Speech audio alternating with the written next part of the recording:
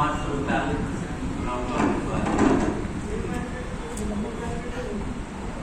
माननीय अध्यक्ष महोदय,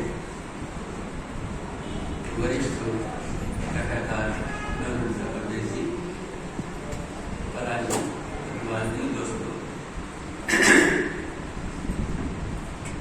सबसे पहले ये सिर्फ एक औपचारिकता की बात नहीं, मैं दिल की गहराइयों से ये अर्ज कर रहा हूँ कि मेरे एक मामूली और बहुत छोटे से काम को भवभूति अलंकरण जैसे एक प्रतिष्ठित और सभी विवादों से परे जो सम्मान है इसके लायक समझा।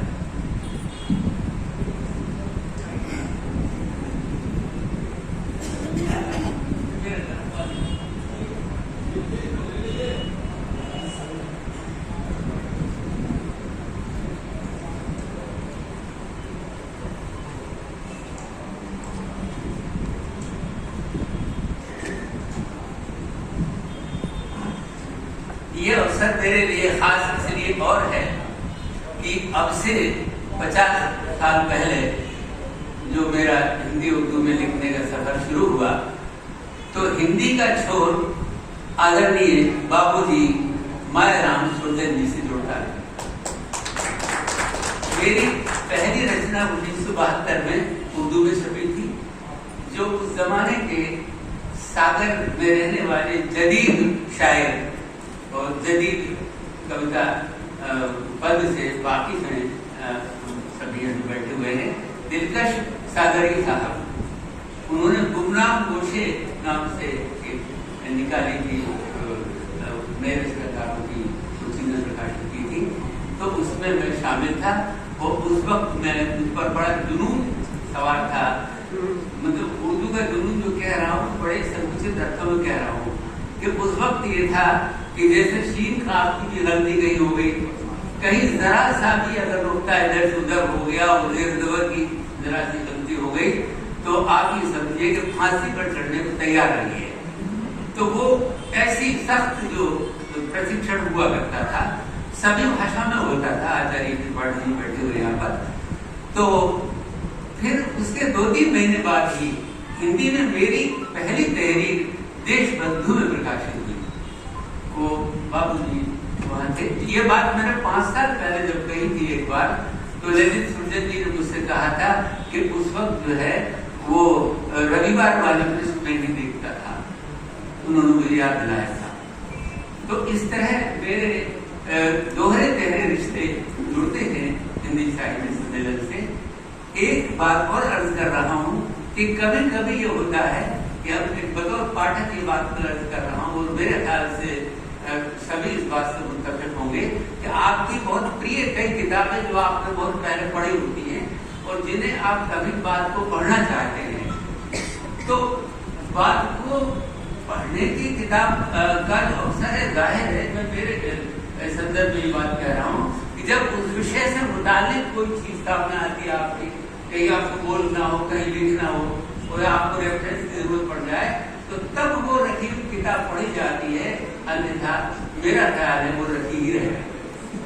तो ऐसा ये हुआ कि जब भवभूति अलंकरण की घोषणा हुई और मुझे पलाश जी ने जब कहा, तो मैंने आचार्य राधावर्धन त्रिपाठी जी की जो साम्य पुस्तिका है भवभूति पर, वो मेरे पास 30 वर्ष पहले से वो न सिर्फ सुरक्षित रखी थी, मैं एक बार पहले पढ़ा था तो रामकृपाल पांडे जी की भूमिका की जरूरत पड़ी थी, दूसरी बार मैंने तब पढ़ा था, तो तीसरी बार इतनी महत्वपूर्ण पुस्तक इस अलंकरण ने सम्मान ने मुझे पढ़वा दिया, ये भी एक मुझ पर बहुत बड़ा उपकार है। और जाहिर है कि निर्णायक मंडल ने मुझे नवाजा इस जगह से सम्मान से, तो मैं कृतज्ञता ज्ञापन करता हूँ। मित्रों, मैं ये संस्कार में कैसे जागा, मैं सिरौन का रहने वाला हूँ और उस जमाने में यानी जब मध्य प्रदेश बना था 1956 में, तो तब मैं पहली कक्षा में पढ़ता था। तो स्कूल में उस वक्त तो जाहिर है पुरानी पीढ़ी के जितने भी ब्राह्मण और कायस्थ सब उर्दू जानते थे क्योंकि टोंक रियासत में आता था वो उस समय तक 1955 तक वो टोंक रियासत में आता था। 56 में मध्य प्रदेश बना। तो लेकिन टीचर तो वही रहे, उस्ताद तो वही रहे, अध्यापक तो वही रहे। तो वो वहां पर जो क्लासें होती थी तो उसके लिए ये नहीं था कि हिंदी के पढ़ाने के लिए हिंदी का टीचर अलग है या उर्दू वाला, वो दोनों जानते थे। तो वो मिली पढ़ाई होती थी। फिर बाद में जाकर के अलग अलग कक्षाएं बनी। तो वहां उस वक्त ये था कि मैंने अपने साथी विद्यार्थियों के पास देखा इकबाल की बाल जिब्रील संग्रह, बाल जिब्रील संग्रह इकबाल का बहुत प्रसिद्ध संग्रह है, 1935 में प्रकाशित हुआ था। तो उस संग्रह के ऊपर वो अभी मेरी स्मृति में बिल्कुल ऐसे जैसे मैं सामने देख रहा हूँ, हरे रंग की पक्षी, उसके ऊपर एक शेर जो छपा रहता था। वो शेर जो है, उस शेर के नीचे लिखा रहता था भरथरी, भरथरी। इस उच्चारण के साथ लिखा रहता था भरथरी। फूल की पत्ती से कट सकता है हीरे का जिगर, मर्द नादा पर कलामे न गुना तो बेअसर। अब मैं बच्चा क्या समझता ये क्या है, लेकिन इतना है कि पढ़ाने वाले उस्ताद है वो भरथरी। ईमानदारी की बात है, मैं उनका सम्मान करता हूँ, वो गुरुजी थे उस वक्त के, लेकिन उन्हें ये पता नहीं था कि भरथरी क्या है। वो कहते थे लिखा हुआ है, ठीक है, तुम उधर बहस मत करो, तुम समझो आगे। तो मैं उस समय ये नहीं समझ पाया कि ये फूल की पत्ती से कट सकता है हीरे का जिगर, मर्द नादा पर कलामे नर मुनादु बेअसर। यह संस्कार विकसित जब होता गया तो जाहिर है कि उसके बहुत वर्षों बाद ये मैंने उसके सही उच्चारण भी जाने। आचार्य सिद्धेश्वर वाजपेयी जी हमारे संस्कृत के अध्यापक जब हुए, जब 10वीं कक्षा में हम आए तब संस्कृत लगी कोर्स में, तो उन्होंने फिर ये बताया कि भरतरी ये इसका उच्चारण ये है। तो तब से ही वो मेरे जहन में ये बात है। इकबाल ने जो भरतरी की एक बहुत ऑफ कोटेड जो श्लोक है, व्यालम बाल मृणाल तंतु भिरसव रोधुम समुद्रिम्बते क्षेतुम वज्रमणि शिरीष कुसुम कुसुम प्रांतेन सन्नह्यते माधुर्यम मधुबिंदुना रचयितम क्षाराम उधेर्यते नेतुम वांछति यह खलानपति सताम सूक्तै चिरंजीवी। तो बात को जाकर ये जाना मैंने कि ये इकबाल है वो बहुत गलत व्याख्याओं की शिकार हुए और हमारे अनेक महाकवि गलत व्याख्याओं दुर्व्याख्याओं की शिकार हुए। नहीं तो मल्लिनाथ नृत्य कालिदास के बारे में कि उनकी जो भारती है वो दुर्व्याख्या के विषय से मृत्यु हो गई है, शायद ऐसा कुछ अर्थ है उस सूक्ति का जो मैंने बोला है। तो इकबाल को एक खास रंग दे दिया गया और जबकि इकबाल की कविता की जड़ें बहुत गहरी थी। अब कोई कह सकता है शक्ति की शांति भक्तों के गीत में, धरती के वासियों की मुक्ति प्रीत में, जिसने इकबाल को पढ़ा नहीं है ठीक से वो तो कहता है कोई शिकवा है, इसमें देखो इन्होंने मंदिर गिराने की बात कही है, इसमें इन्होंने मस्जिद बनाने की बात कही है। तो वो ऊपर की दो चार जो सत्र हैं जिनको ज्यादा प्रोपेगेट किया जाता है उनसे एक छवि बन जाती है इकबाल की समुद्र एक संपूर्ण भारतीय कवि की छवि है। तो यहाँ से मेरे भीतर ये संस्कार जागा कि हमको भाषाओं के बीच जो आवाजाही है और वो बहुत प्रचंड है, लेकिन बहुत सतह पर नहीं दिखाई देती। जो प्रभाव और असर है वो ऐसा नहीं है कि जैसे मान लीजिए कि मैं उदाहरण देकर बताऊँ आपको, जो मैं आपको समझा नहीं रहा है तो खुद ही समझ रहा हूँ। मान लीजिए मीर का एक बहुत मशहूर शेर है, इश्क एक वीर भारी पत्थर है, कब ये तुझ ना तमाशा होता है। इश्क एक वीर भारी पत्थर है, कब ये तुझ ना तमाशा होता है। प्यार की इश्क की अहमियत बताइए, ये व्याख्या मैं नहीं कर रहा। अब मंगले दौरान की एक बड़ी मजबूत होता है कि प्रेम वो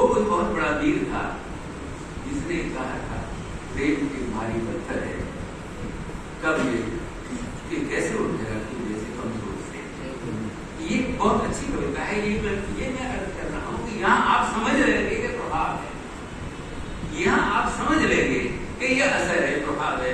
लेकिन भाषा रचना के मामले में जो प्रभावों की जो अंतर्धारा है उसे पकड़ने के लिए भी बड़ी इंसाइट की जरूरत है। संस्कृत क्लासिक्स से उर्दू के महाकवियों ने कैसे प्रभाव ग्रहण किया है, ये जानने के लिए एक बहुत गहरी दृष्टि की जरूरत है और अनेक परंपराओं का एक साथ ज्ञान होना जरूरी है।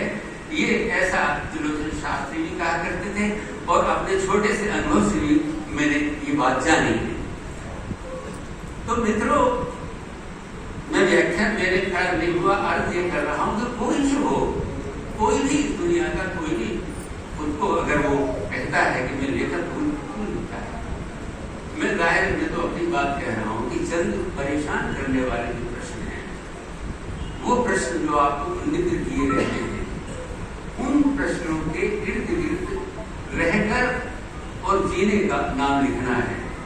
तो मुझे बतौर खास मेरे लिए, और मैं मेरी ही बात नहीं कर रहा, इस वक्त तो एक पूरे देश के लिए जो सबसे ज्यादा परेशान करने वाला सवाल है वो हमारी जो सदियों पुरानी जो एक सामूहिक और संश्लिष्ट जो सांस्कृतिक साझा विरासत है, उसके तहफ़्फ़ुज़ और उसकी संरक्षण का और उसे आगे विकसित करने का जो सवाल है, वो मेरे नजर में सबसे ज्यादा परेशान करने वाला सवाल है। और मैं भाषा और संस्कृति को लेकर जिस ढंग से सोचने की कोशिश करता हूँ, या कि मुझे सोचना चाहिए, और ऐसी वक्तों में गौरव से भी रखता हूँ कि वो चिंतन की इस भूमि पर आकर भारत में भाषा और संस्कृति के सवाल पर सोचे, जैसा कि अली सरदार जाफरी और शमशेर दोनों कह रहे हैं।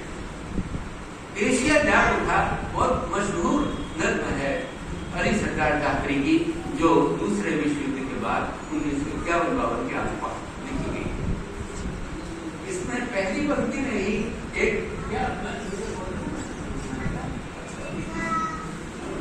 उसकी पहली पंक्ति में एक शब्द है तख़यील। तख़यील यानी चिंतन शक्ति, जिसे हल्के अर्थ में कल्पना शक्ति की कह सकते हैं। एशिया जागरूकता में देखिए, वो भूमि जिस जमीन की मैं बात कर रहा हूँ, हमारी तख़यील आसमानों की उस बुलंदी को छू रही है। हमारी तख़यील आसमानों की उस बुलंदी को छू रही है, जहां से फिरदौसी और सादी निज़ाम ख़य्याम और हाफिज के चांद सूरज चमक रहे हैं। बुलंदियां जिन पे, अब आगे देखिए, बुलंदियां जिन पे वाल्मीकि और पाक तुलसी, कबीर और सूर हुक्मरां हैं, उन बुलंदियों की बात मैं करता हूँ जिन बुलंदियों पर कबीर, सूर, तुलसी और वाल्मीकि हुकूमत चलती है। किसी ऐसे व्यक्ति को हुकूमत दे सकती है। आज उसी हुकूमत के अंदर हमें आज वही हुकूमत चाहिए जो हमें उस सामाजिक समाज की विरासत को सुदृढ़ बनाने और मजबूत करने में हमारा मार्गदर्शन करती है, जैसा कि सरदार जाफरी ने कहा। और इसके इत्तेफाक कैसे होते हैं कई बार, ठीक इन्हीं 1-2 वर्षों में शमशेर की मशहूर नज्म अम्र का राग आती है, और कोई हैरत नहीं कि वो एक ही साल आई हो। मैं इसलिए 1-2 साल के फर्क की बात कर रहा हूँ। अम्र का राग में आप देखिए कि शमशेर संयोग से इस नज्म में अली सरदार जाफरी का नाम भी आता है। इनकी नज्म का हिस्सा मैंने अभी आपको सुनाया। हमारे समय की हकीकत तो देखो, हमारे समय की हकीकत तो देखो कि होमर एक हिंदी कवि अली सरदार जाफरी को इशारे से अपने पास बुला रहा है। हमारे समय की हकीकत तो देखो कि होमर एक हिंदी कवि अली सरदार जाफरी को इशारे से अपने करीब बुला रहा है। मैं शेक्सपियर का ऊंचा माथा उज्जैन की घाटियों में झलकता हुआ देख रहा हूँ। मैं शेक्सपियर का ऊंचा माथा उज्जैन की घाटियों में झलकता हुआ देख रहा हूँ और कालिदास को वैमर के कुंजों में विहार करते हैं। वैमर के बारे में अर्ज कर दूं कि वैमर उस जगह का नाम है जर्मनी में जहाँ देखिए जहाँ गोटे की आरामगाह है। आरामगाह इसलिए कह रहा हूँ, गोटे का जन्म तो फ्रैंकफर्ट में हुआ था, लेकिन उनका स्वर्गवास हुआ ये वैमर में। और गोटे के 3 उच्चारण अलग अलग लोग करते हैं, गेटे भी लिखते हैं लोग, सिर्फ गोटे भी लिखते हैं, गोथे भी, तो जो ही आपको अनुकूल लगे। तो और कालिदास को वैमर के कुंजों में विहार करते। और आज तो मेरा टैगोर,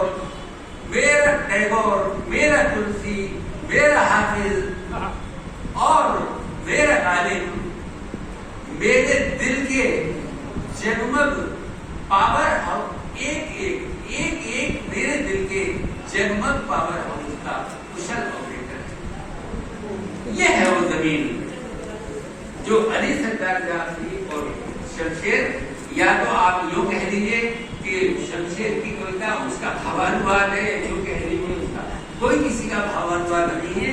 यह एक है चिंतन की वो जमीन है जो खुद ब खुद सामान्य हो जाती है अगर आपकी चिंताएं अपने देश, अपने समाज, अपने मुल्क, अपने राष्ट्र को लेकर एक जैसी हो तो जेन्युइन हो तो। मित्रों, मुझे बड़ा अच्छा लगता है जब मैं गालिब को संस्कृत में पढ़ता हूँ, गालिब के उर्दू काव्य को संस्कृत में पढ़ता हूँ, जगन्नाथ पाठक जी का गालिब काव्य जब उनका पद्यानुवाद पढ़ता हूँ तो मुझे जाने क्यों मुझे उर्दू से ज्यादा जो है एक पाठक के तौर पर मजा आता है किस तरह से शब्द यात्रा करते हैं और कैसे ये हमारी संस्कृतियों का कमाल है ये, और इस कमाल का हम जवाल नहीं होने देंगे कभी। जवाल का मतलब होता है हमारी संस्कृति का कमाल है, इसका जवाब नहीं होने देना हम चाहेंगे और इनकी आगे परवरिश। जब गालिब के यहाँ तक गालिब के उर्दू काव्य को संस्कृत में पढ़ता हूँ, यह तो थोड़ी सामान्य लगे की बात, और विशिष्ट बात की तरफ मैं आपको ले जा रहा हूँ। गालिब के फारसी काव्य को जब संस्कृत में पढ़ते हैं तब और गालिब के फारसी काव्य से तो उर्दू दुनिया भी पूरी तरह परिचित नहीं है, और जो उस तरह का जो मन बना तो मैंने पढ़ा गालिब की नीतियों पर के उनकी बहुत मशहूर तरीन जो उनकी रचना है फारसी की शराब बैर, जो उन्होंने बनारस पर 28 दिन बनारस में रहे थे पेंशन के मामले में, कलकत्ता यात्रा कर रहे थे तो बनारस में वो 28 दिन वहाँ रहे थे। तो वहाँ रहकर उन्होंने 100 या 100 शेरों की जो रचना लिखी थी, और वो बनारस की गंगा, बनारस की घाटों, बनारस के जीवन पर मैं तो नहीं समझता कि, और मैं ये बात अधिकार के साथ कह सकता हूँ कि बनारस और गंगा के महात्म पर क्षमा करें आपको ऐसा लगता होगा, लेकिन मुझे नहीं लगता कि इससे अच्छी कोई रचना कोई हिंदी संस्कृत में मौजूद हो। जो चरागे देवालय का दीप, देवालय से दीपक, इस नाम से संस्कृत में अनुवाद हुआ। और आचार्य यादव त्रिपाठी जब दिल्ली में राष्ट्रीय संस्कृत संस्थान के कुलपति हुआ करते थे 2007 में, तब ये वहां से छपकर मिला। अब देखिए आप जरा, मैं आपको क्या